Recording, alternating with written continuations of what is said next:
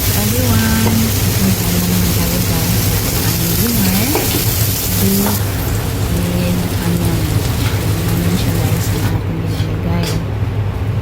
No garlic. Only onion. Ayan. Beef steak yan siya guys. Napaka-tender siya guys. So, kinat ko siya ng by steaks. Ganyan. And then, nilarinig ko yan siya sa salt. Chicken powder a little bit. Tapos pepper. And fry ko yan siya guys.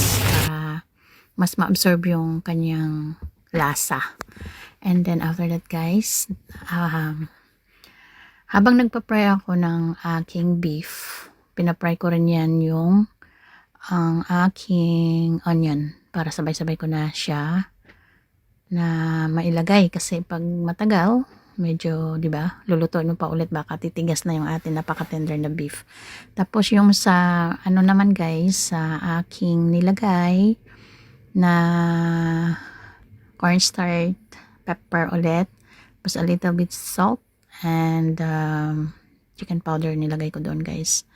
So, yan guys, ang pagluluto niyan guys, dalawang ano lang. Yeah. Onion and garlic lang. Of course, lagyan mo ng pepper, syempre salt, yeah, chicken powder, and then, yan na guys. Tinur ko na kayo sa aking pinakita ko na yung aking kusina dyan. Malinis na tapos na ako sa aking trabaho at papahinga na mamaya ay nabulol pa. Thank you for watching. Bye!